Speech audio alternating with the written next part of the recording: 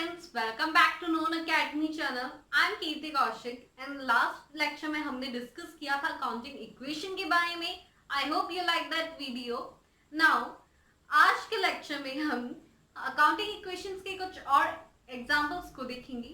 Now today's example is ये Radhika MS Radhika traders जो है वो अपना एक न्यू बिजनेस कमेंस कर रही हैं ऑफ रेडीमेड क्लोथ्स का. And here are some transactions. Firstly, she started business with cash for rupees 1,20,000. उसने कैश इंट्रोड्यूस किया है अपने न्यू बिजनेस में. कैश हमारे लिए एक असेट हो गया है और असेट को हम 1,20,000 की तरह हम असेट साइड में शो करेंगे, जबकि इसी असेट को हम कैपिटल में ऑपोजिट साइड में ये हमारे लिए यही 1,20,000 हमारी कैपिटल हो गए, जो कि हमारे बिजनेस की लायबिलिटी होगी. और इसी के साथ हमारी जो न्यू इक्वेशन बनी वो बनी 1,20,000 विच इज इक्वल टू 1,20,000. और यहाँ फ्रेंड्स आप देखेंगे कि हमारा जो टोटल नेट इफेक्ट होगा वो होगा 1,20,000 अगेन. नाउ ये जो ट्रांजेक्शन है फ्रेंड, ये बहुत ही इंपॉर्टेंट ट्रांजेक्शन है, आप इसको ध्यान से देखिए. शी परचेज फर्नीचर जिसमें वो डेली डील नहीं कर रही है, तो ये उसके लिए फिक्स्ड एसेट हुआ.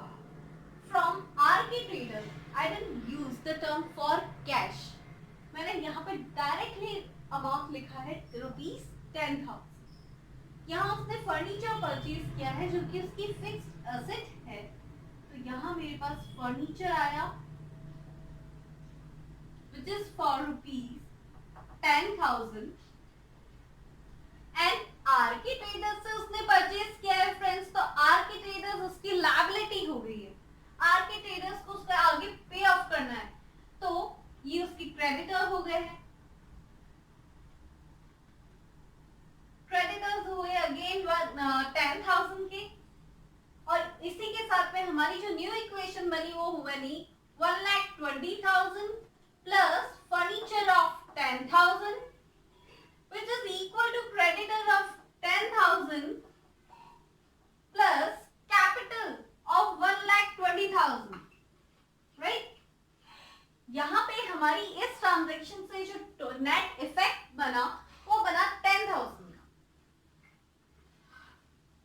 Now moving ahead towards our third transaction, वो कह रहा है कि she purchased goods for cash. अब यहाँ पे आप देखेंगे उसने goods परचेज करी है for cash, यानी कि goods वो चीज है जिसमें वो डेली डील कर रही है. उसने कुछ स्टॉक, goods का मतलब है उसके पास कुछ स्टॉक आया है. स्टॉक आया है यानी कि 10,000 का उसका स्टॉक आया है, but she purchased it for cash. तो यहाँ पे हमारा जो कैश का अमाउंट है वो आप देखेंगे कि रिड्यूस हो जाएगा, क्योंकि हमने उसे कैश पे ऑफ किया है, कैश के फॉर्म में पे किया है. और ऑपोजिट साइड में हमारा कोई भी ट्रांजैक्शन का इफेक्ट शो नहीं होगा. इस वजह से हमारा जो नेट इफेक्ट है, क्योंकि यहाँ पे 10,000 इंक्रीज हो रहा है और यही 10,000 रिड्यूस भी हो रहा है, तो इसलिए यहाँ जो नेट इफेक्ट है वो निल है. और इसी के साथ हमारी इक्वेशन बनी 1,10,000 plus furniture of 10,000 plus stock of 10,000 which is equal to creditors of 10,000 again plus capital which is still of 1,20,000. right? Now fourth transaction हमारा है she sold goods to payroll traders. Again you will see that she used the term payroll traders. right? She didn't use the term for cash, यानी कि उससे अभी तक cash receive नहीं हुआ है, तो पैरोल डेटर्स जो हो गई वो उसके लिए डेटर हो गई है, यानी कि उसकी एसेट हो गई, उसको अब मिलेगा वो. और यहाँ आप एक और चीज देखेंगे जो मैंने आपको लास्ट अपने सेशन में भी बताया था कि अगर ब्रैकेट में कुछ इस तरह का अमाउंट अगर लिखा हुआ आता है तो इट मींस वो उसकी कॉस्टिंग है. उसकी गुड्स की एक्चुअल कॉस्ट 7,000 है, but she sold it for 2,000. Now सबसे पहले हम रिकॉर्ड करेंगे हमारे डेटर्स.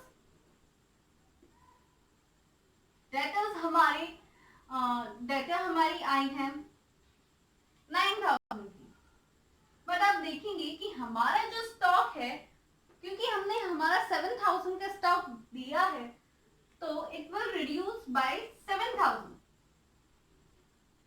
राइट। यहाँ आप देखेंगे कि नेट इफेक्ट जो है वो 2,000 का एक पहले एक डिफरेंस शो कर रहा होगा, बिकॉज यहाँ पे हमने 9,000 में सेल तो किया है, बट उनकी एक्चुअल कॉस्ट थी 7,000, तो जो 2,000 है फ्रेंड्स वो हमारे लिए प्रॉफिट हुआ, और क्योंकि ये प्रॉफिट है ये ऐड हो जाएगा हमारे कैपिटल में, profit will be added to our capital. हमारा जो भी प्रॉफिट होगा, जब भी प्रॉफिट होगा, वो हमेशा कैपिटल में इंक्लूड हो जाता है। तो यहाँ जो न्यू इक्वेशन बनी वो बनी 1,10,000 प्लस 10,000 कैश प्लस 3,000। हमारे पास 10,000 का स्टॉक था, अब कितने का रह गया है?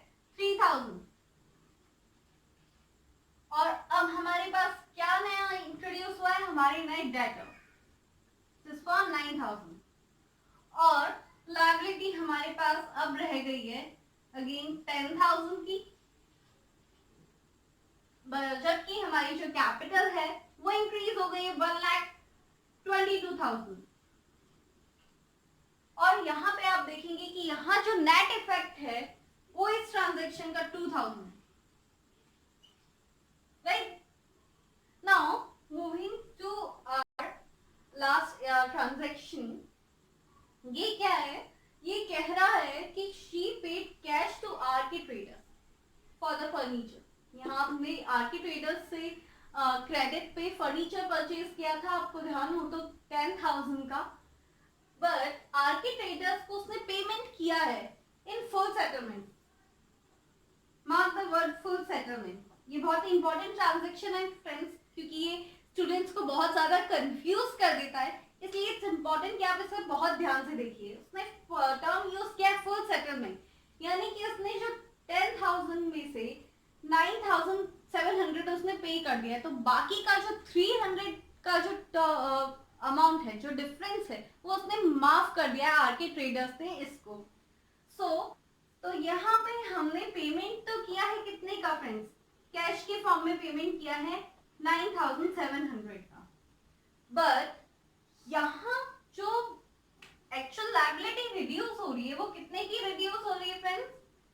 वो रिड्यूस हो रही है हमारी 10,000 से, राइट। अब आप यहाँ पे देखेंगे कि हमें एक्चुअल पेमेंट तो 10,000 का करना था, बट हमने पेमेंट किया 9,700 का, तो बचा हुआ 300 क्या हुआ फ्रेंड्स? वो हमारे लिए प्रॉफिट हो गया, क्योंकि वो बचा है हमारे लिए, हमें गेन हुआ है 300 का। तो जब हमें प्रॉफिट हुआ है तो हमें उसे कहाँ ऐड करना होगा? हमारी कैपिटल में। हमने इसे कैपिटल में ऐड किया, तो अब हमारी जो न्यू इक्वेशन बनी वो कुछ ऐसे 1,03,000 plus 10,000 furniture plus 3,000 stock plus 9,000 debtors, which is equal to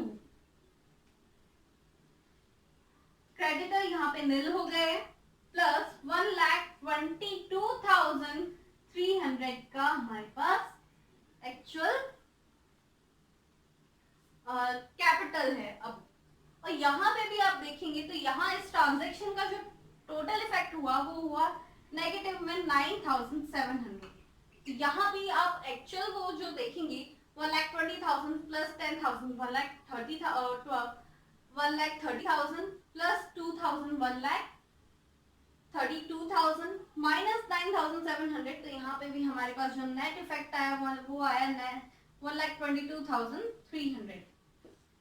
I hope ये आपको एग्जाम्पल क्लियर हुआ। Now let's move ahead towards our second exam. Now friends, this is our second illustration for today. ये business comments किया है हमारे mister Sudhir ने।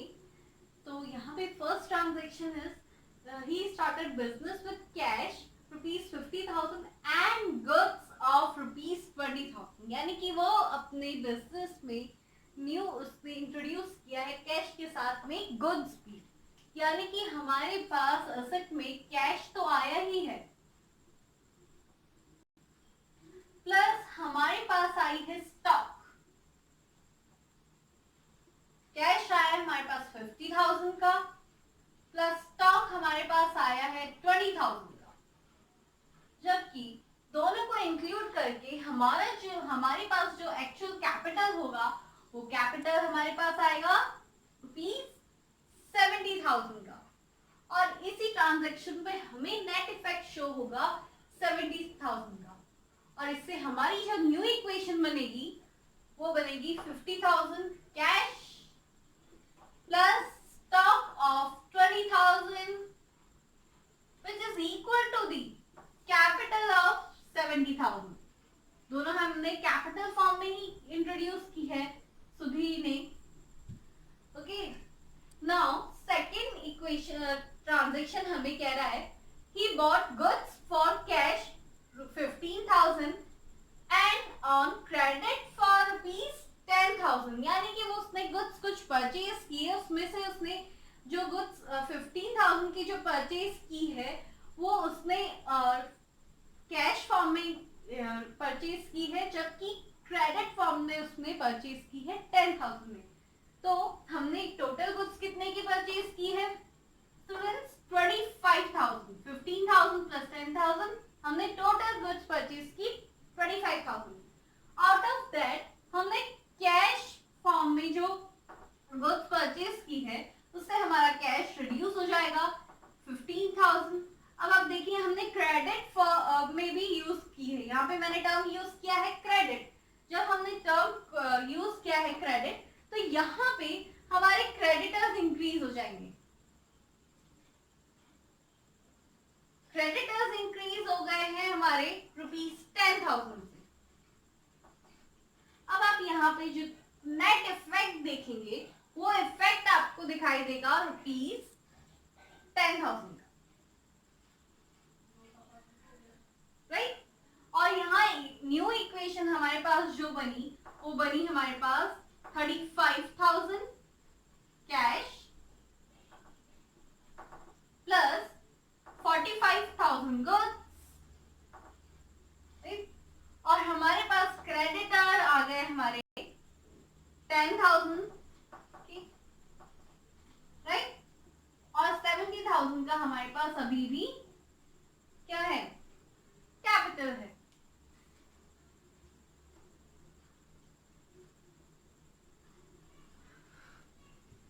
Now moving ahead towards our third transaction, वो है गुड्स कॉस्टिंग 24। ये बहुत ही इंपॉर्टेंट ट्रांजैक्शन है फ्रेंड्स, और ये हमारा अकाउंटिंग इक्वेशन का लास्ट एग्जांपल है जिसमें हम सारे इंपॉर्टेंट ट्रांजैक्शंस जो है वो आज सॉल्व करके देख रहे हैं, उनका एग्जांपल देख रहे हैं।